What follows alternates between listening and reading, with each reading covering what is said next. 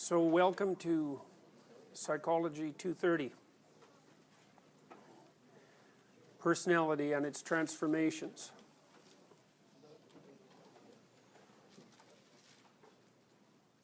So I guess the first thing I'll do is offer you a bit of a description of what personality is. It's a very extensive phenomenon.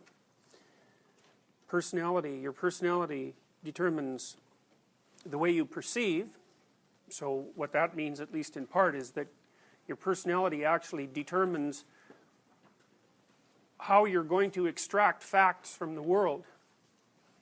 You know, people think that you see the world, and then you think about it, and then maybe you react emotionally, and then you act, but that's really not accurate. It's too slow, first of all. And there's lots of times when you have to be fast. And if you had to go through all that processing before you acted, you'd be dead. So personality is deeper than what you do with facts. It's deep enough so that it determines how you bias your perceptions so that the world appears to you in a particular manner. And we don't really understand how personality does that yet. It determines your emotional response to things. People differ in their positive emotions, their baseline level of positive emotion, and their variability, and they differ in their negative emotions as well. And so some people are set to be anxious, and some people are set to be fearless, and the environment can move that around to some degree, but a fair bit of its, at least its origin point, seems to be pretty tightly determined by genetic factors. People differ in the degree to which they're creative. They differ in the degree to which they're orderly. There's all sorts of different phenomena that are tightly attached to what makes you different from other people, because that's another way of thinking about personality. Personality colors your actions, because you act in accordance with your personality. It determines your values, and so that also determines how you act, because of course you act in accordance with what you value, because you're moving from where you are, which isn't as good as it could be, to somewhere better, and you have to decide for yourself, or maybe that's decided for you by your temperament, just where better is. And so it's very interesting and exciting for me to teach personality, because it's the most personal of all phenomena, and its understanding is extraordinarily relevant, I think, to everyone. Understanding your personality can help you figure out who you are, for better or for worse, because with every set of personality attributes, there tend to come an associated set of vices. So for example, if you're an orderly person, which in many cases is a good thing, then you're also prone to harsh judgments. You tend to be xenophobic, and sexual behaviors that aren't strictly normative are likely to disgust you. And you might think of that as something that you conclude as a consequence of your experience, but it looks in many ways like it's determined before you act in some ways. Personality theory can also help you understand other people, because it's easy to think that other people are like you, and they are like you. They're like you enough so that more or less you can communicate with them. But they're also very different from you. And so often when you're communicating with people, they're actually starting with a different set of a priori presumptions than you are. And we like to think that things can be worked out as a consequence of logical negotiation, and that's true to some degree. But these a priori factors that underlie your being itself interfere with the ability to use logic, because logic is usually predicated on values, and values in turn are predicated on your temperament. So having an appreciation for differences in personality can help you understand your own personality and maybe improve it, and also understand and give some credence to the viewpoints of other people. One of the things we've been studying in my lab, for example, is the relationship between personality and political belief. You know, and it's been thought for a long time, it's kind of an Enlightenment idea that you come to your political beliefs as a consequence, again, of rational deliberation. You take a look at the facts, you analyze them, and you extract out what you think are the appropriate, what is the appropriate information from that analysis. But we've found, for example, that people who are high in creativity, openness, which is the technical term really for the trait that's associated with creativity, people who are high in openness and low in conscientiousness. Conscientiousness is basically industriousness and orderliness. High in openness, low in conscientiousness, they tend to be liberal or left-leaning. Whereas people who are more conscientious and less creative tend to be conservative. And that seems to be true more or less cross-culturally, at least in those cultures where the left-right spectrum is similar in nature to the left-right spectrum in North American culture. So, and we also found, although this, we're still kind of wrestling with this finding, that the effects of your personality on your political preference and your voting behavior actually increase as you get older. They don't decrease. So, in some sense, the degree to which you're biased a priori by your temperamental perspective dominates your thoughts and your behavior even more as you age. So I don't really know what to make of that, you know. It's not the sort of thing that people normally bring into a political discussion, but the next time that most of you are probably left-wing, because most of you are open and intelligent and low in conscientiousness, relatively speaking, and because you're likely to be lower in orderliness than the typical population, given that you're interested in this course. The next time that you're having a discussion with someone who's conservative, you might give some credence to the idea that you're actually talking to someone who's quite different than you. It isn't just that they believe a bunch of stupid things that you can't, you know, understand why anyone would possibly believe. It's that the facts themselves array themselves before those people differently than they do in front of you. And if you listen as they should listen to you, then, you know, you might learn something that you wouldn't know given your temperamental stance. So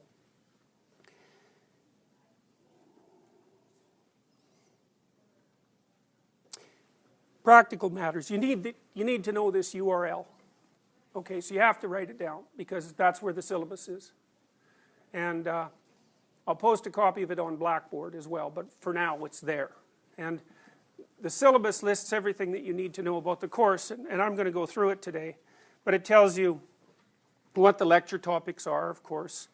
The readings are posted there, except for the text. There's 2 books for the class. There's a textbook and a book called The Black Swan.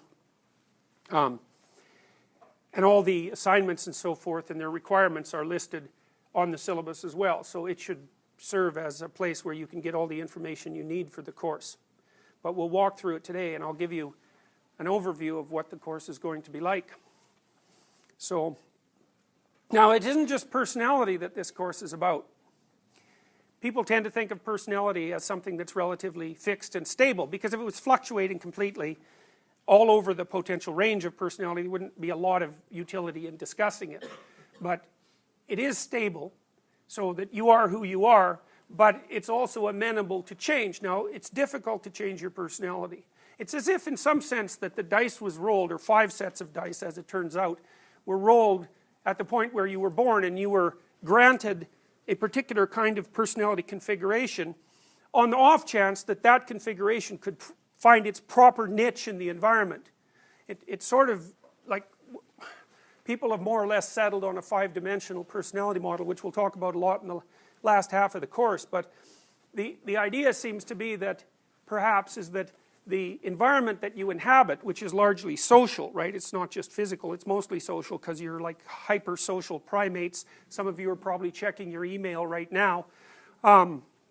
It's as if there are niches within that space that may or may not be there, may or may not predominate. And the dice rolls, when you're conceived and you're given a set of attributes, and with any luck you can find a niche in the broader social and physical environment where your particular set of attributes is going to be functional for you.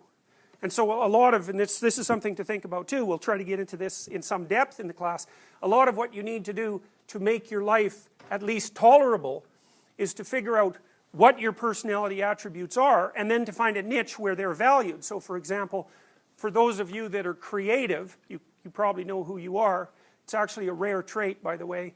I wouldn't recommend banking or law, because law and banking, just to take two examples, are very conservative enterprises. We tested the 100 most creative lawyers in Canada at one point they were nominated by their firms, and the most outstanding personality attribute of the 100 most creative lawyers was not openness, it wasn't creativity, it was conscientiousness, even though they were the 100 most creative lawyers. And of course law depends on precedent. I mean, how creative do you want your lawyer to be?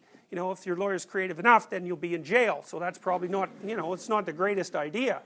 So it's very useful to get a handle on what your personality is, because then you can take a look at the potential environments that lie in front of you and hopefully match yourself to one of them. Now that's a tricky business, you know, because it isn't necessarily the case that the niche that you're most suitable to inhabit is one that's stable or economically viable, you know.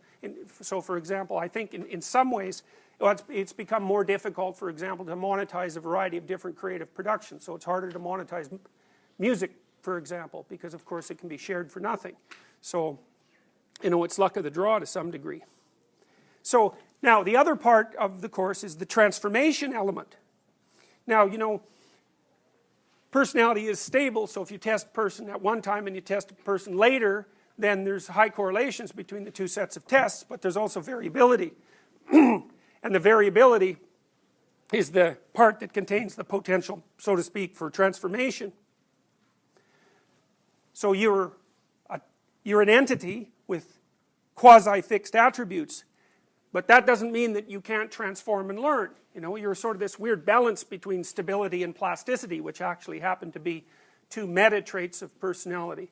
And I also want to take you through the process of understanding what personality transformation is and how to conceptualize it, because personality transformation comes at a cost, and the cost seems to be, with each incremental change there is an equal increment of instability, you know. So that's often because you learn things painfully, right? I mean, if you learn something, if it's something you expect and something you want, there's no learning there, generally speaking, because you expect it, so it means you already know about it, and you want it, so it's good.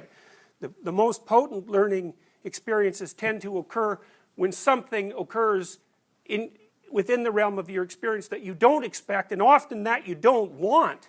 And those are the sorts of things that destabilize your personality.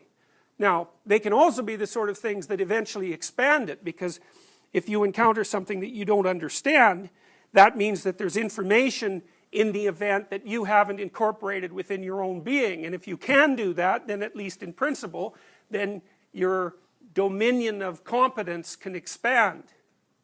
Now, one of the things, you see, the course is sort of broken up, roughly speaking, it's broken up into two sections. There are more sections which I'll get into, but the biggest split is actually between the clinical theorists. So those would be people who are, some of them are psychiatrists, most of them were practitioners, so their theories were derived from observations mostly of personality pathology and transformation.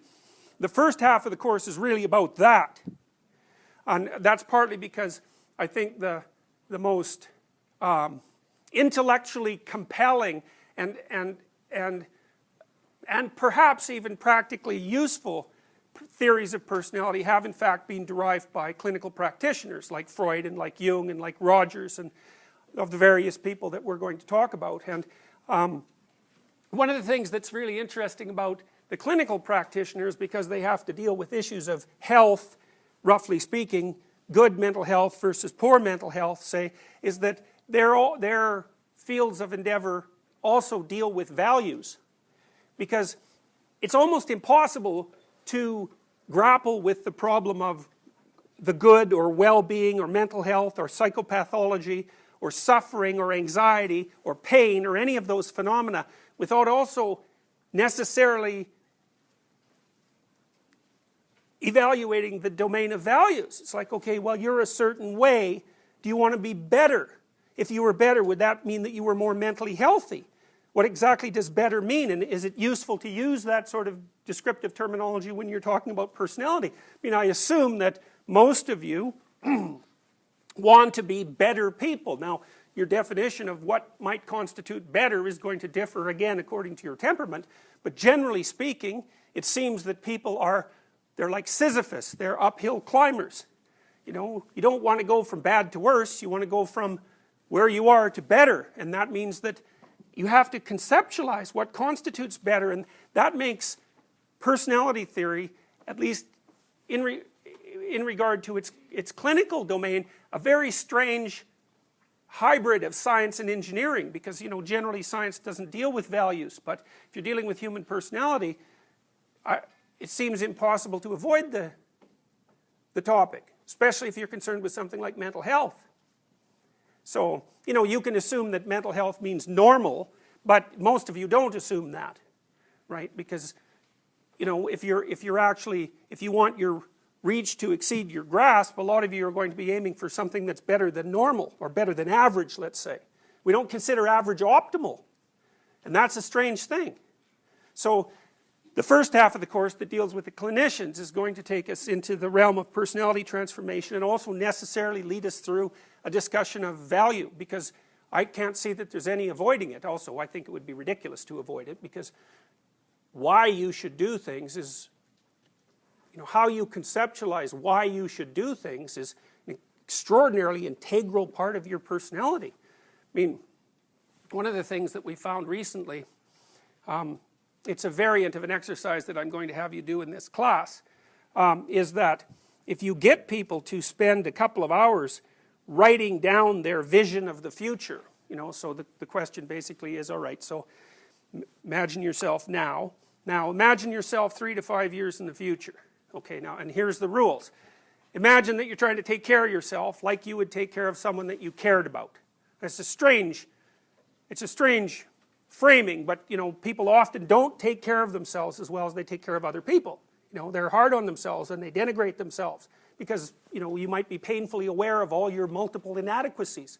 And of course, inadequacies are part of the human condition. So it's easy, if you've become cognizant of your inadequacies, to also denigrate the value of your being and not take care of yourself. And that's not a good thing. I mean, flawed as you are, you're probably no worse than anyone else. And if things shouldn't be good for you, then the logical conclusion is that things shouldn't be good for anyone else either. So, you know, you start with yourself and assume that you deserve some, at least the basic elements of the attitude that you would give to someone that you care for. Okay, so you put yourself in that mind frame. Now you think 3 to 5 years down the road.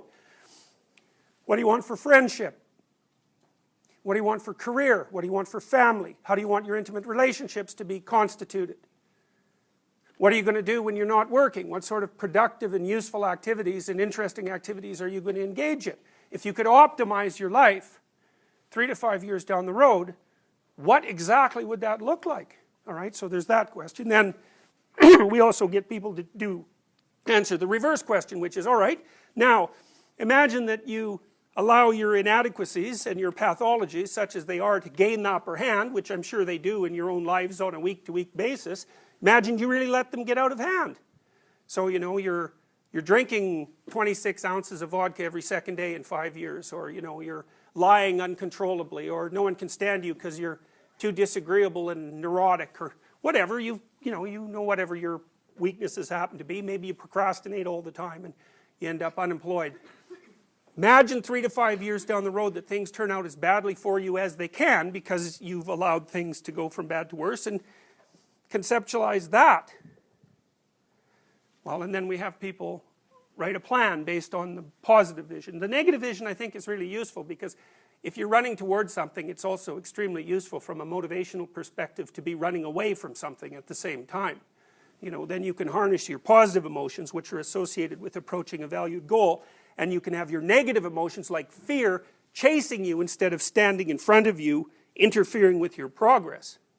Anyways, when we have people do this exercise, their grade point average, for example, we've done this with 3,000 people so far, grade point average goes up about 25%. Dropout rate goes down about 30%. So, you know, it seems like the act of positing value, so like a valued future, or a terribly, you know, negatively valued future, is a prerequisite to appropriate functional being. And so what that means in part is that human beings are value-producing creatures. And there's just no way of, it's ridiculous to avoid dealing with that in a class on personality, despite the fact that it's an uneasy balance between science and engineering, so to speak. So, That's the first part of the course. All right, so let's get into details here. I'm going to tell you a little bit about this picture. That's Jonah. I don't know how many of you know the story of Jonah, but the story basically goes like this. It's an Old Testament story. God tells Jonah to go off and do something, and he doesn't want to do it. So, because, you know, at least as far as the Old Testament is concerned, God's always telling people to do horrible and miserable things that are difficult, and so avoiding it is the logical thing to do. So Jonah goes out on a boat trying to get away from this demand, and there's a huge storm, and you know the boat is in danger of being swamped, and the sailors are all wondering why this storm is happening, and Jonah finally admits that he's got this command from God and he's running away from it, so they throw him overboard, and then the sea's calm, and anyways Jonah ends up inside this whale, and then later, 3 days later as it happens, it spits him up back on shore.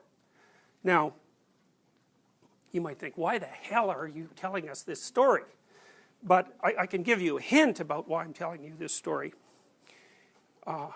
Remember the last time that you broke through the thin ice that you're skating on all the time.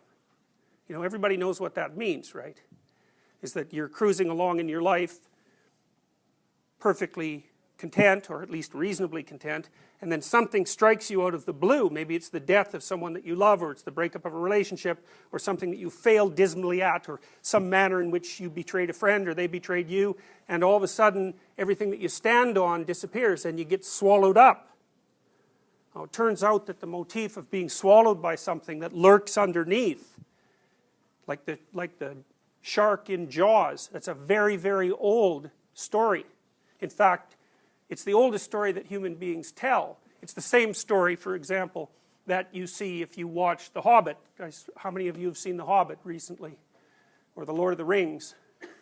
Yeah. Well, you know, in The Hobbit, the little hobbit encounters a dragon, right? And everyone seems to understand what that means, even though it's a completely absurd proposition.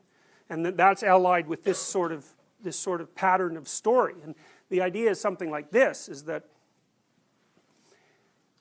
your current pattern of being is fragile. And the reason for that is that there's not very much of you and there's an awful lot of the world. And what that means is that at any moment, some element of the world that you have not mastered and do not understand can emerge and destroy you, potentially, your psychological health, your physical health, and your dreams. And that puts you somewhere. And the ancients believed that that put you somewhere that was akin to being devoured by a great beast. And if you're lucky, then, you know, it spits you up later. If you're unlucky, then you stay inside it. And, you know, those are the sorts of people that you see in mental hospitals or wandering around on the streets, you know, hearing voices and talking to themselves. They never get out. And the standard transformative narrative is descent and ascent. You learn something by deteriorating first and then by reascending as you incorporate it. And I love the story because, well, first of all, to know that story, which is the fundamental story of mankind, to know that story means, first of all, that you understand that there's no learning without pain. And the pain is a necessary prerequisite to transformation. Now, the pain doesn't necessarily have to be of the sort that completely destroys you, but generally, a valuable lesson is one that's difficult to learn. But that also means something very interesting about the human psyche, because, and this is something to really think about too, you know, because you might say, are you who you are? Or are you who you could be? Or are you the thing that changes from who you are to what you could be? And which of those things you identify with makes a huge difference to your life. So, for example, if you are who you are, then you can't talk to someone who doesn't agree with you. You can't listen to them, because they may tell you something that you don't already know, and that'll change you. And if you are who you are, and that's the right way to be, then you don't want to be changed. And if you are who you're going to be in the future, then if any circumstance comes along to destabilize the environment so that that future becomes unlikely, then you're in the same boat. Things are going to fall apart around you. But if you're the thing that can change when change is necessary, well, then you don't have to be who you are or who you could be. You can be the thing that changes, and then when new things come along, regardless of how they're presented to you, well, then you can welcome them even though they're going to destabilize you, in the hope that what comes out the other side will be an improved version of you. One of the things that I'll talk to you about, especially in the first couple of lectures, is the notion that the idea that you should identify with the part of your psyche that can transform is actually one of the world's most fundamental religious ideas. And the reason I'm discussing religious ideas with you in part is, well, it's partly because when we deal with some of the more profound thinkers in the early part of the course, in the part that deals with psychoanalysis, like Jung, for example, I mean, Jung's depth psychology goes down deep enough into the psyche so that the appropriate language to describe the phenomena that he is dealing with is always religious language. So Jung sort of conceptualized religious language, religious symbols, as part of the grammatical structure of the psyche. So that's an archetype, by the way. That's what an archetype is. An archetype is part of the structure of the psyche. It's something you can't escape from. So I'll give you a quick example of that. So men are much more visually oriented towards sexual stimuli than women. It appears that way. Women seem to be more oriented towards auditory sexual stimuli. So for example, there was a book published a little while ago called Dataclysm. It's the first third of it's quite interesting. It's written by one of the Google Analytics guys, and it's called, I'm wrong. It's called A Billion Wicked Thoughts. I read two that were dealing with internet phenomena. It's called A Billion Wicked Thoughts. And the authors were analyzing pornography usage on the web. And you know, of course, for the longest time, about 35% of web traffic was pornography. And it actually really got the web going, weirdly enough. Men, yeah, it's strange, you know, so that sexual motivation was what drove technological innovation. It's interesting, even now, you know, one of the things that's driving computer chip technology is the necessity for making more and more accurate CGI movies. So it's very strange things often that motivate human progress, right? On the one hand, it's the desire for entertainment, more and more realistic artificial entertainment. On the other hand, it's sex, which is exactly what Freud would presume. Anyways, men look at visual stimuli and women read pornography.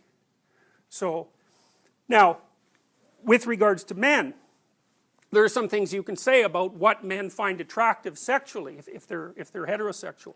So for example, they prefer a waist to hip ratio of about 0.68, and that's standard across body types. So a thin woman who has a waist to hip ratio of 0.68 is attractive, and a mesomorphic woman, a woman of medium build with a waist to hip ratio of 0.68 is also attractive. And that's, in some sense, that's the function of an archetype, and that archetype would be the archetype of Eros or Venus or beauty. And if the problem with those archetypes, in some sense, and this is what makes them archetypal, is you can't argue yourself out of them. They're inbuilt. They're part of your operating system, to use a terrible analogy.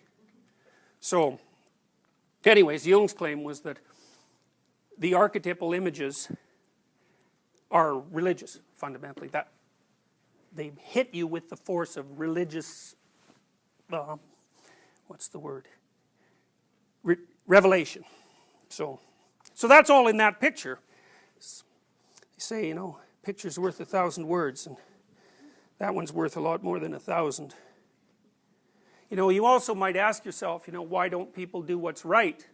It's a good question, because hypothetically they could. And the answer seems to be something like, well, transforming yourself into something that's continually better means continually being swallowed up by something like this. And so it's hard and frightening. So that's why people aren't enlightened. And there's got to be some reason, given that it's hypothetically possible. You know, when you hear people like Joseph Campbell say things like, follow your bliss, you know, and so that sounds pretty easy. You want to develop your personality, just do what you love. You know, it's a corruption of Carl Jung's thinking, because Jung would say, well, follow what you're interested in, it'll take you somewhere you really don't want to go. And then maybe you'll learn something. So, and that's a whole different proposition. So, okay. I already asked you to write down the website. So, It's easy to find. You just have to type my name into the web and my website will come up, and then you can find the course, but I would still write it down. I'll show it to you again at the end of class for those who didn't get it. All right, so here's what we're going to try to do during this semester. In some sense, I've tried to structure this class in some sense both sort of historically and developmentally. So the first thing that I want to describe to you is an elaborated version of what I just did when I was telling you about the Jonah image. I want to talk to you about an array of what you might describe as eternal images, or they're like eternal characters in a story that are archetypal, and I want to show you how those have been represented by cultures that we would regard as, say, pre-scientific. I think that's a good way to think about them. So those are cultures that haven't precisely divided the world up into objective reality and subjective experience.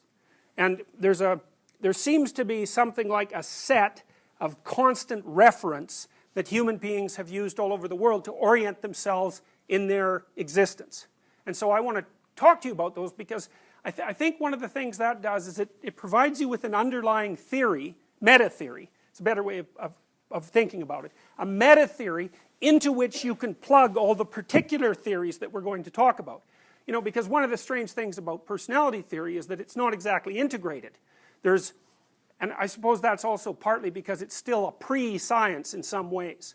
So there are a variety of different theories, and all of the theories have somewhat different claims, and all of the claims seem logically coherent, appropriate, and applicable, but they don't necessarily seem mutually inclusive. So thinker A might claim one thing and thinker B another, and the two things they can't logically coexist, and so that makes learning about personality theory difficult, because things that aren't coherent across any distance of any length of time are difficult to remember.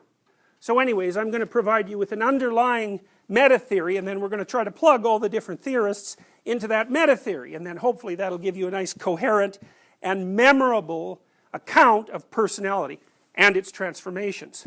So that's mythological representations. I'm going to show you how the personality has been represented since history began, literally since history began, because the oldest written documents that we have are about personality and its transformations. So, and interestingly enough, those documents tell a story that you're all entirely familiar with and that you've seen hundreds of times as you've grown up. They're constantly represented in movies and in TV shows and everything that you would regard as an enthralling narrative. Because one of the things you might ask yourself is, why the hell are you interested in stories?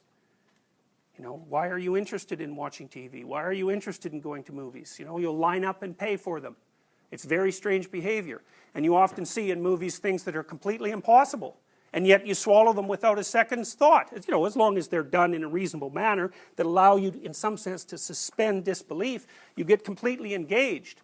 A lot of the early theorists, the ones that we're going to talk about, especially with regards to depth psychology, posited that the human personality was in fact a narrative, or even more deeply, that human experience, which you could think of as existence itself, has a narrative structure. Now that's a pretty broad claim, but you know, there's been some heavyweight philosophers who've wandered down that road. So Heidegger, for example, is one of them. So, and that's a very interesting thing to consider, because it's certainly the case that human beings, if you talk about a human being, you tend to use something that's like a story. And when you recount your own being, you tend to use something like a story, and that sort of begs the question, you know, does that mean in fact that your experience is either a story or something like a story? And one of the things Jung said, I really like this, is you should figure out which story you're living, because you're living a story, and it might be a tragedy. And so, you know, you want to find out, because if it's a tragedy, you don't come to a very good end. Another thing Jung said was, this is also worth thinking about, people don't have ideas. Ideas have people. And so what Jung would say is that if you're living out a tragedy, the tragedy has you. You don't have it. And if you can figure out what the tragedy is that has you in its grip, then you have a fighting chance of escaping from it into a more pleasing plot. But it's no easy thing. You know, so if you're one of those people to whom the same terrible thing keeps happening over and over, after the third time, approximately, you might ask yourself, you know, is this the world or is this me? All right, so we move from mythological representations into a discussion of both heroic and shamanic initiations. And the reason we're going to talk about shamanic initiations is, first of all, they're a logical next step in moving from the fundamental mythology into depth psychology. But also because initiation processes are processes that archaic people have learned to use to catalyze personality transformation. So for example, a typical initiation tends to be young men who are initiated more often than young women, and the hypothesis there is that Mother Nature initiates young women all on her own, whereas with young men something has to be imposed from a cultural perspective in order to catalyze their transition from childhood dependency and make them independent adults. And that usually involves some relatively terrible experience that I think does two things. One is it helps the person define what actually constitutes terrible. Because you might ask yourself, you know, how worried should you be about something? You know, let's say you wake up in the morning and, you know, you've got you've got an ache in your side. It's like, okay, it wasn't there the night before, so what does that mean? Well, you pulled a muscle, or you're going to die of cancer in 3 months. It's like, you don't know, so how upset should you be? Well, the answer is you don't know. And I think one of the things that initiation processes do to people is calibrate their anxiety systems. So, you know, unless you've been required at some point in your existence to face something that is truly awful without destroying you, maybe you don't know how to calibrate what you should be worried about and what you shouldn't. And it seems to be the implicit theory upon which initiation rituals are predicated, you know, and they tend to reemerge spontaneously. You know, you see them reemerge, for example, in situations like fraternity hazing, you know, or medical residency for that matter, because if you're going to be a medical resident, you can be completely assured that you're going to be tortured to death for 2 years. So, and when you come out of that, you won't be the same person that you were when you went in. And it isn't necessarily the case that that will be, you know, that you'll be better, but that's a different issue. So, I want to talk about the structure of shamanic and heroic initiations, partly to further our understanding of personality transformation, but also partly to give you an idea of the body of the relationship between the symbolic realm and the day-to-day realm prior to the emergence of psychoanalysis. Because when psychoanalysis emerged in the first part of the 20th century, the psychoanalysts, mostly Freud and Jung, discovered what you might regard as a symbolic realm they associated with within. So the symbolic realm, in terms of your experience, might be what you dream at night. You know how bizarre dreams are. You know, and there's debate about whether they're interpretable. I'd say some people's dreams are interpretable and some people's aren't, in my experience. But it's the dream realm, for example, is very peculiar because obviously you experience it. It's quasi-coherent in that when you wake up and you remember it, you can remember it. First of all, it's not random. It's not like white noise on a blank screen. You know, it has characters. They're doing things. Although there are dynamic jumps usually in the narrative structure that make it difficult to understand. There are chunks of it that are clearly comprehensible, you know, and that seem to have the same quality, roughly speaking, as something cinematic. Things transform in peculiar ways in dreams. The normal laws of physics are often suspended in one way or another, so people frequently dream of flying, for example. And most peculiarly, dreams seem to happen to you. You know, because you say, well, I dreamt last night, but that doesn't generally mean that, you know, you decided which movie to play in your head, so to speak. It seems when you're dreaming that things happen to you in your dream that are like the things that happen to you in regular life, in that they happen. You don't make them happen. So in a dream, you're the subject of uncontrollable forces in some sense, just as you are in waking life. It's like, okay, well, who in the world is dreaming? You know, it's not the ego, obviously, because you can't control it unless you happen to be a lucid dreamer. You know, some people can become conscious during their dreams and exercise a certain degree of control over the contents. Although it's a relatively undeveloped skill. It's not particularly rare. How many of you have had lucid dreams? Yeah. It's very much more common among women generally, for reasons we don't really understand. So, but most of the time a dream is something in which you're embedded. It's like, what's dreaming exactly? You know, Jung would say, well, the world is dreaming inside of you. It's nature dreaming inside of you. It's a natural phenomena, and it has the same kind of meaning that any other natural phenomena has, which is what meaning you can discover that turns out to be useful. So there's a relationship between that internal set of processes, you know, that deeply symbolic set of processes, and the kind of rituals and symbols that are used in archaic ceremonies like heroic and shamanic initiations. And so that's partly why I want to tell you about them. It also helps you understand, I think, a little more deeply the price that you have to pay in order to transform. Because the rule in most archaic cultures is that to transform a male adolescent into a man requires dismantling the childhood personality, often rather brutally, and replacing it with something that's new. And so, you know, you might think, well, perhaps the brutality isn't necessary. But it's hard to say what's necessary. You know, there's a rule in psychological therapy, and the rule is, if you want to improve, you have to identify what it is that you're afraid of that's stopping you, and then you have to confront it, and you have to do that voluntarily. It's the primary rule, you might say. It's the primary rule of psychotherapy. You're going somewhere, there are impediments. The impediments make you afraid. Because you're afraid, you stop progressing. So what do you have to do? You have to face the things that are stopping you voluntarily.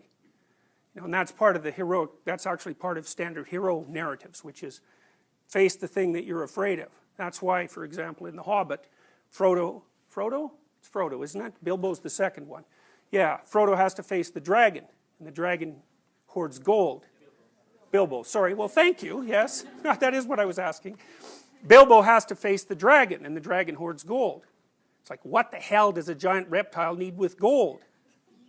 Well, the answer to that in part is that the giant reptile represents that which you are afraid of, and the treasure that it sits on represents what you gain if you conquer what you're afraid of. And it's an archetypal story in some sense, because you can't invent a more frightening story than that, a more frightening and richer story. There's nothing more frightening than a dragon, roughly speaking, and there's nothing more valuable than a hoard of gold, and that's partly what makes the story archetypal, right? It's taken the phenomena and extended them to the point of maximum return, in some sense. So, constructivism. That's Piaget, mostly. And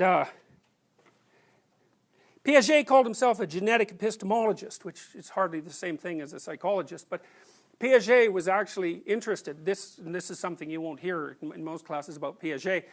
When Piaget was an adolescent, he was very obsessed by the growing split between religion and science. In fact, he wrote a novel about that. And he took it upon himself, his life's goal was to reconcile the gap between religion and science. So there's something you don't know about. Did anybody know that about Piaget? How many people know? You knew that? How did you learn that? Ah, well, that's a good way of learning things. So, how many of you know who Piaget is? Oh, that's good. How many don't? It's okay if you don't. You're probably engineers or some damn thing. So, yeah. Anyways, Piaget became interested in how knowledge developed, and he started with the infant, and he's very interested in how the infant, who's an embodied creature, you know, who has a body, which turns out to be very important if you want to have a psyche, infant comes to construct his world. And I really like the Piagetian approach because it melds nicely with our discussion of both personality, the stable elements of personality, and the transformative elements of personality. So, because Piaget has a stage theory of development, and he doesn't concentrate a tremendous amount on the intervening period of chaos between the stages of development, but the idea is still there. So as it is, say, in Thomas Kuhn's work on the history of science, which Piaget was aware of. So I want to lay out the Piagetian theory, because one of the things that Piaget was really good at was understanding that the psyche is not like a floating soul. And people, we believe perhaps that we've dispensed with most of the religious presuppositions that interfere with our scientific clarity, which we certainly haven't. But one idea that lurks deeply, it's very difficult to abandon for a variety of reasons, is the idea that you have a consciousness that's sort of like a soul that's sort of stuck in your body. And that's sort of, you might think about that as your ego, or you might think about it as the I that you experience when you talk about yourself. It's like a floating consciousness. And that's led people like artificial intelligence researchers for the longest time to imagine that they could embody a mind inside complicated machines that would function perhaps in the same way that your mind functions. And Piaget is a really good antidote to that, because what Piaget points out very clearly is that you cannot have a mind like we have without having the body to begin with. And so one of the ways that you can conceptualize that, because it's very important, is that your personality is actually oriented towards action rather than perception of the objective world. It's like, what the hell do you care about the objective world? We didn't even discover it until 500 years ago. In a sense, what you're concerned about is how to act in the world. And your conceptions, although you may think about them as conceptions of the objective world, that isn't what they are. What they are instead is abstractions of how to act in the world. And Piaget explains this in a beautiful way, because he starts with the infant, and he talks about how the infant's body develops in sync with its psyche, and how the two things are like absolutely integrally interlocked. And it's a lovely idea, and I think, not only do I think it's right, I think that all the evidence in the last 30 years points towards it being right. We haven't been able to make artificial intelligence without embodying the intelligence in something that acts. So for example, the Google cars, they're getting pretty damn smart, but they have a body fundamentally. They're things that can act in the world. And it turns out to be more difficult to walk than it does to calculate extremely complex mathematical formulae, which a computer can do in, a billionth of a second, even though we haven't got computers that can walk around in the real world. That turns out to be difficult. So Piaget tells you how to build a psyche from the bottom up, and it's a prerequisite, I think, for accurate understanding of the sorts of things that we're going to discuss as we progress. Then we turn to the depth psychologist, and people usually start talking about depth psychology, psychoanalysis, with Freud, and then move to Jung, say, and perhaps Adler, as accomplices, or no, that's not the right word, apprentices of Freud. And I think that's probably because the Freudians got a hold of had the best biographies written first. But Jung was influenced by Freud, but he was equally influenced by Nietzsche. And in fact, Jung's primary concerns were associated with Nietzsche's primary concern. And Nietzsche's primary concern was that God had died in the late 1900s. So Nietzsche, the philosopher, announced that. It's a famous announcement. God is dead. God is dead. Sometimes you see that written on bathroom walls. God is dead. Nietzsche is dead. God. What Nietzsche was observing was that, and this is something you all know implicitly, is that the body of knowledge that human beings had evolved over centuries, that was encapsulated within religious thinking, had emerged in conflict with the body of knowledge that was produced primarily in Europe over about a 400-year period, ending, say, in the beginning of the 20th century, and the two forms of knowledge seemed incommensurate. The claims of religion and the claims of science did not seem to be mutually harmonious. And the consequence of that, as far as Nietzsche was concerned, was that the religious substructure upon which, at that point, Western civilization was built, was rendered invalid. And the problem with that, from a Nietzschean perspective, was, well, there were two problems. One was, okay, then what the hell are we doing and why? And the second was, so that's a nihilistic problem, right? If there's no ultimate meaning, then why do anything? Which is a perfectly reasonable question. And then the second problem was, well, in the absence of comprehensive systems of meaning, if you don't want to be nihilistic, what do? And Nietzsche's answer was, well, you develop totalitarian systems to replace religion, which is exactly what happened in the 20th century. And that didn't seem to be a very good solution. And we're certainly not done with that problem yet. So that's the central problem that Nietzsche posed. It was like, we had these evolved systems of meaning, and science undercut them, or apparently undercut them. And that left people technologically enlightened, but spiritually deprived. And that state of spiritual deprivation, given that your primary orientation in the world is towards action, is equivalent to a mass mental disease. And it manifests itself in nihilism or in the penchant for adopting totalitarian belief systems. It's a big problem. It killed millions of people in the 20th century. You know, it's not usually regarded as a form of personality pathology, but that's just because people don't think about it properly, I think. Now, Jung was very interested in that problem. And so, as a student of Nietzsche, and which he was, he wrote, for example, there's a series of lectures that were published as adjuncts to Jung's collected works that I believe are 2,600 pages long. And they're written in very little type, and all they are commentaries on the first third of a book called Thus Spake Zarathustra, which is a very short book of very bizarre quasi-poetry.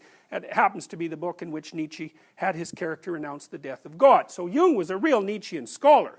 So what Jung was doing, see, he thought that basically that as we de-animated the cosmos, so to speak, you know, as the projections of deities that human beings had created had been pulled in from the objective world, they didn't disappear, they weren't destroyed as Nietzsche might have presumed. They sort of went into hiding inside the psyche, which is where they originated from to begin with. They originated in the imagination.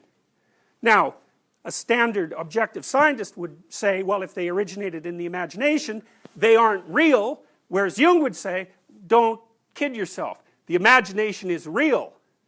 It's just a different category of real. And that you better learn how to deal with it, because whether you know it or not, you are pawns of your imagination, in the same way that the Greeks considered them pawns of themselves, pawns of the Greek gods. And so that's a hell of a thing to realize, you know, and it's one of the remarkable things about depth psychology, because the depth psychologists tell you flat out, you are a house of many spirits, and one of them is you. And if you think that you are the most powerful spirit in your house of spirits, all that means is that you're hyper-protected and deluded, because you're not. There are things that are deep inside you, and you can think of them as biological systems if you want, which also manifest themselves in psychological phenomena, that have more power than you do. It's like, try not to make a fool of yourself when you're, you know, hopelessly in love with someone you don't even know. It's like, good luck to that, because you won't manage it. And that's because the instinct that grips you when you're overwhelmingly attracted to someone is more powerful than you are. And you do what it wants, even though you might want to fight back. You do what it wants. And there are reasons for that. You know, some of them you can think of them as instinctual reasons.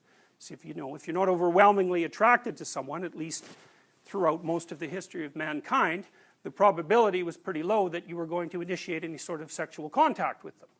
So since that's necessary for the human race to propagate, it serves biological purposes to have you play the role of actor of the demands of the instinct of reproduction, which is of course also Freud's main claim, right? Because Freud, who I place after Jung, his fundamental claim was that the God that rules humanity is is eros, is sexuality, you know. And I'm always, he introduced an idea called the death instinct later, and Freud was also concerned about aggression, but you know, in some sense you could say that Freud believed that we were ruled by two gods, the goddess of sex, we'll say, and the god of war.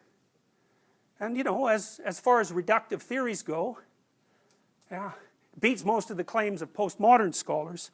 So, all right, so that's all pretty fun, you know. So Freud's really, in some sense, he's a 19th century atheistic thinker. He's kind of like Dawkins and the other, you know, modern atheists in that ways. In some sense, a strict Darwinist and a biological reductionist. But Freud had some very interesting things to say, and one of them I really like. I mean, I think Freud had it absolutely dead on here. It's like, one of the things I've noticed in my clinical practice, because I'm a clinical psychologist, is that I never have clients whose parents made them too independent. I always have the reverse. Not that all my clients have this particular problem, but the fundamental problem is they cannot get away from their family. They've been infantilized, or more accurately, their families have conspired to have them remain in an infantilized state. And so their world is the family. They can't get out of the world of the family. And so in some sense that's still childhood or adolescence, because they're not dealing with the, you know, the concern of the broader world. And so that's, the analysis of that was done by Freud, most particularly in his conceptualization of the Oedipal complex. Now Freud concretized that in a variety of ways that I don't think were particularly helpful, but he had his finger on the right button. You know, human beings are unbelievably dependent when they're born. So a mammal of our size should have a gestation period of 2 years. You know, if we were comparable to other mammals of approximately our size. Being pregnant for 2 years, that does not sound like fun. But, you know, if you look at animals, say like deer or moose or animals like that, pretty much as soon as they're born they can get up and walk. Whereas a human being, it's like 15 months, right? It's crawling around like, you know, little, a helpless little thing. I can't even stand up for 15 months. Well, that's because it's born, in some sense, in fetal form. And so that makes it incredibly, it's kind of like a baby kangaroo, except it's more developed than that. It makes it incredibly dependent in a way that no other animal is. And then, of course, it takes you, well, let's see, about 40%, 50% of people your age live in their parents' houses. You know, so you're 20 or 21 or 19 or whatever you are, it's like, you know, you're still dependent fundamentally. And so it's not that easy to break a dependence habit of 19 years. And, you know, your parents may foster your independence and chase you the hell out of the house if they can, and try to make you into a functional, try to help you become a functional and independent adult, but maybe not too. And it's the maybe not that's the big problem, because it's actually rather frightening to develop independence even though you get to be independent, which is supposed to be the payoff. And it's easy for that process to be interfered with. And one of the things that can really interfere with it is maternal anxiety. Now, paternal anxiety can interfere with it too, but fathers tend to be substantially less anxious than mothers. And so the classic Oedipal mother is anxious, and so every time the child tries to do something that's independent, her anxiety gets in the way. Oh, you better be careful if you're going to do that. It's like, you hear that 5,000 times, man. You're not going to be able to take a step without, you know, without manifesting the anxiety that you've been taught by a powerful external force. And that's the Oedipal complex in a nutshell, fundamentally. So that's a great thing to figure out. And we'll look, I think we're going to look at a movie called Crumb, which was, it's about this underground cartoonist named R. Crumb. And it has some very interesting things to say about the Oedipal complex. So, all right, so humanism, existentialism, and phenomenology, they're all kind of clumped together. Brilliant theorists, I think. A lot of this came out in the 1950s. You might as well, you could think about it in some sense as the precursor to positive psychology, except that positive psychology has no grounding either in psychology or philosophy, whereas existentialism has good grounding in both. And it's not naive. You know, the existentialists believed that, well, I'll clump them together for the purpose of this brief exposition. The first thing that this group of thinkers asks you to consider, and this is a hard thing to do, but if you can do it, it's really worthwhile, is forget about your normal conceptions, your formal conceptions of what constitutes reality, and play this game instead. It's like it's an axiom shift.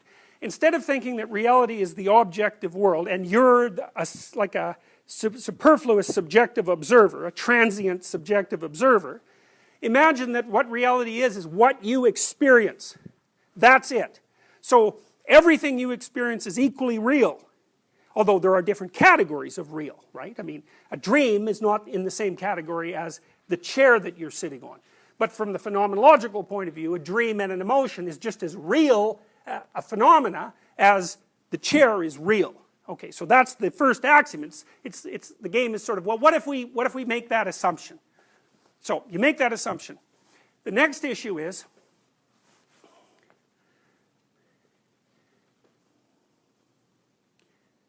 what are the essential qualities of what you experience?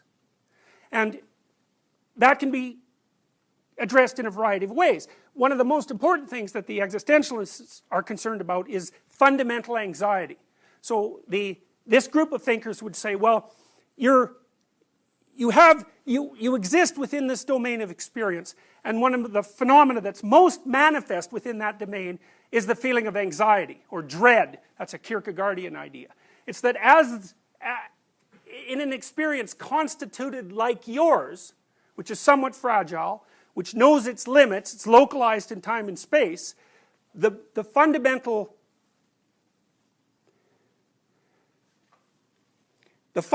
negative meaning in some sense is anxiety and dread. And then the question is, given that that's the fundamental reality, what do you do about it? And so the existentialist idea in sense is, observe your existence, find those elements of being that support you and pursue them. And that will counterbalance the primary feeling of dread and alienation and anxiety and allow you to exist in a manner that makes existence at least bearable. So if you look at the Freudians, for example, the Freudians sort of think that if there's something wrong with you, there's a reason. So if you were just a normal person, you'd be okay. And since you're not a normal person, something went wrong. Whereas the existentialists, they take the opposite idea. They say, look, you're screwed from day one. That's just how it is. Because like, look at you. You're flawed, you're finite, and there's 1,000 things, 1,000,000 things that you don't know, and all sorts of things that are conspiring to do you in. It's like, with a problem like that, you don't need more problems to be unstable. You're just unstable to begin with. So they conceive of negative emotion related pathology as an integral part of being. And then the question is, okay, given that, it's like the Buddhist idea that life is suffering. It's the same idea. It's like, don't be wondering why you're pathological. It's obvious why you're pathological. How could you help but be pathological? The question is, given that, what should you do about it? Or even, is there anything you can do about it? And that's the question that we'll try to unfold in this section of the course. Now, the other thing that's really interesting about this group of thinkers, I think, is that, especially the later ones, like, well, I include Solzhenitsyn as a personality theorist for reasons that I won't talk to you about now. Solzhenitsyn was a Russian author, and he wrote a book called The Gulag Archipelago, which was published in the 1970s, and it was one of the things that knocked over the Soviet Union, because it revealed for the first time just how corrupt and murderous the Soviet system was. Now, the thing that's interesting about Solzhenitsyn, and also about Frankl, Viktor Frankl, who was a psychiatrist who'd been put in the Nazi death camps, is that they were very integrally concerned with the idea of the intrinsic meaningfulness and meaninglessness of human life, one thing. So that's the personal element. But the second thing they were concerned about, and this sort of made them logical followers of Nietzsche, was what effect does your decision about the meaning of your life have on the broader social community? So let's say that you're nihilistic or you're totalitarian. So what does that mean? Like, You're not an isolated unit. You're interacting with people all the time. You have a tremendous network of connections. You know, you can think of it this way. You know 1,000 people. Each of those 1,000 people knows 1,000 people. That means you're one person from 1,000,000 and 2 from 1,000,000,000. So instead of being some little localized dot in a random array of dots, 7 billion of them, you're the center of a connected network. And so if there's something that's gone astray with your psychic functioning, your psychological functioning, what exactly does that do to the broader social community?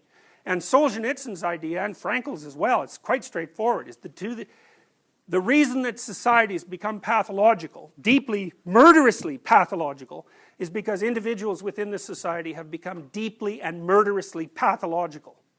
So instead of society in, which is something that the Marxists would think, for example, you know, that you're the pawn of social forces, the existentialists would say, don't be so sure about that. It's the quality of the individual decisions that you make on a personal level, day to day, that spread out into the broader community and either improve it or pathologize it. And so I'm going to have you read both Frankl and Solzhenitsyn because I think they make viciously powerful arguments that that is in fact the case.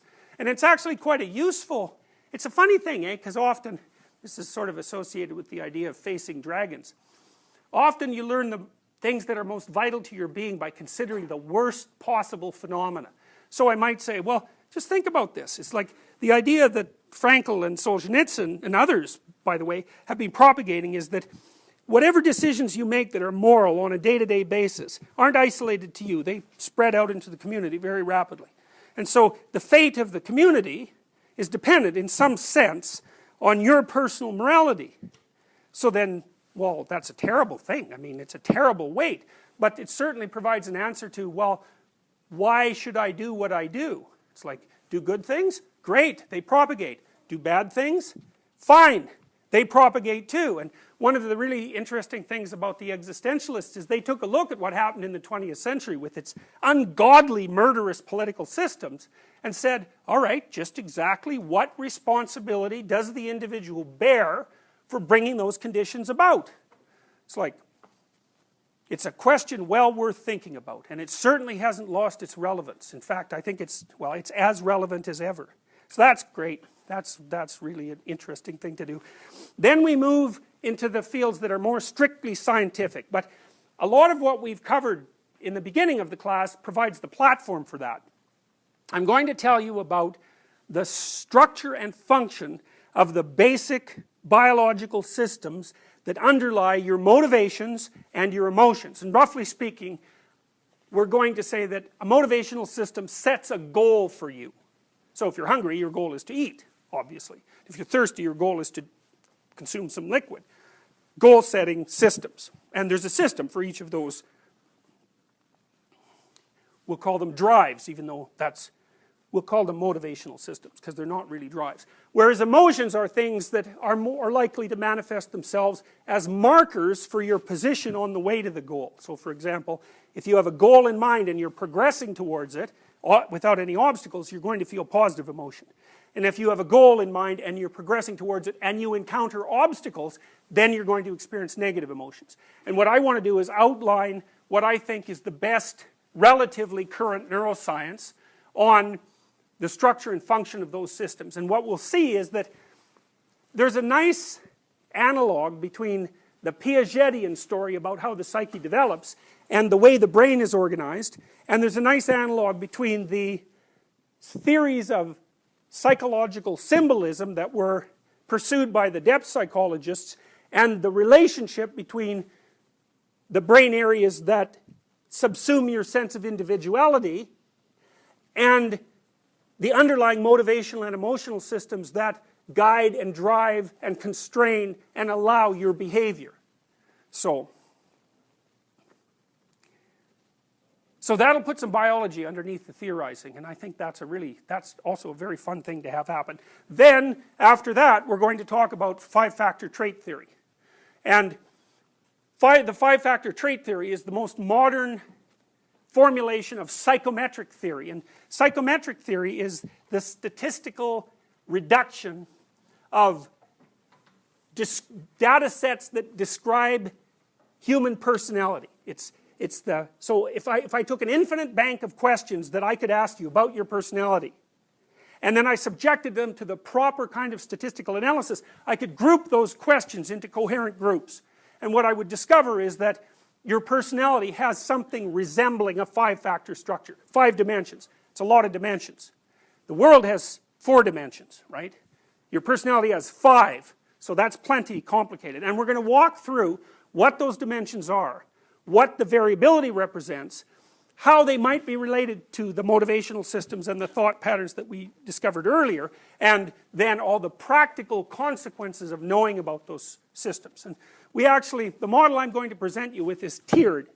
So the top level is stability and plasticity. The next tier is the standard 5-factor model. Extroversion and openness, that makes up plasticity. Agreeableness, conscientiousness, and what's the other one there? What's that? No, yes, neuroticism, I'm sorry, emotional stability, reversed, yeah. So, and then underneath that, each of those breaks into 2.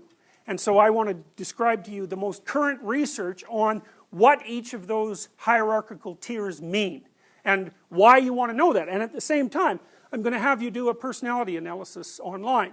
So what it will do is help you identify your personality virtues using a Big 5 model, and your personality faults also using a Big 5 model. So that'll give you some insight into who you are, and what the hell's wrong with you, and also what's good about you, at the same time that we're trying to elaborate these dimensions at a conceptual level.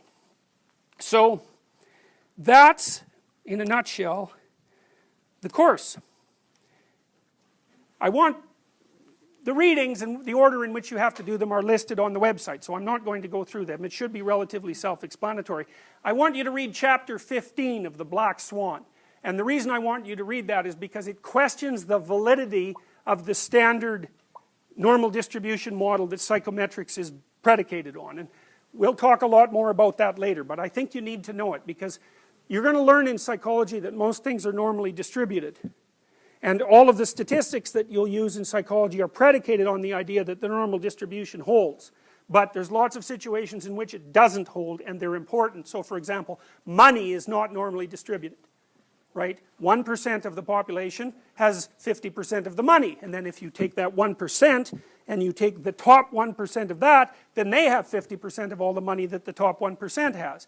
And lots of phenomena are like that. Artistic productivity is like that. Anything that people create productively is like that. So, okay, exams, you can look this up on the website. Here's what you have to do. There are 3 exams, they're not cumulative. There's one 15% essay of 750 words and the online exercise. And it's pass-fail, because, you know, I don't know how I'm going to grade you for your virtues or your faults, you know, that's your problem. But you know, so all we'll do is check to see that you've actually gone through the exercise in a half-intelligible manner. So, all right. Now, I want to stop with,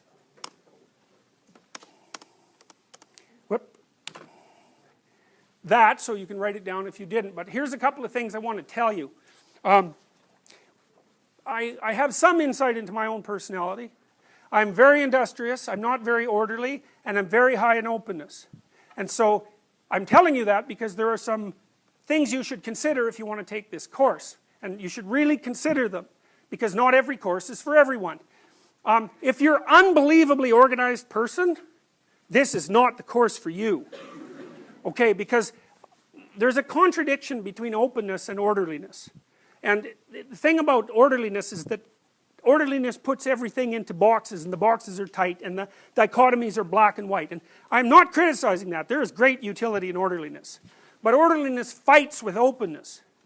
And I like to break boxes apart. And so if you're the sort of person who is orderly, like really orderly, you'll know this. How clean is your room? Like, have you alphabetized your soup cans? If you have, then this is not the course for you. To take this course, there's 2 things that have to characterize you. One is, you have to be willing to read. Okay, the reading load is quite, I don't think it's overwhelmingly heavy, but the material is quite difficult. And there is plenty of it. So if that doesn't interest you, like, don't take the course. And the second thing is, you know, if you're the sort of person who spontaneously talks about ideas with your friends, and you find conversations about things that aren't related to ideas somewhat tedious, then this is the course for you, because it's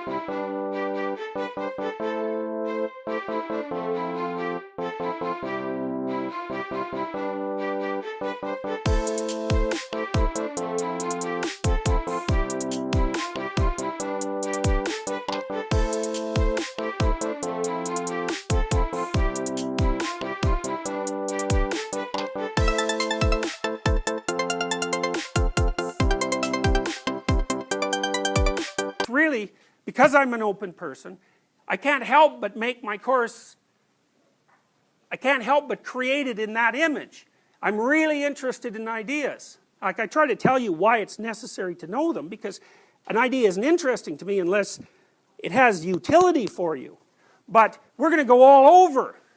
And if you want a road that's defined and like a single track towards a goal, that isn't this road. This road is going like this, like you just heard. You know, you just had a lecture, so you know what they're going to be like.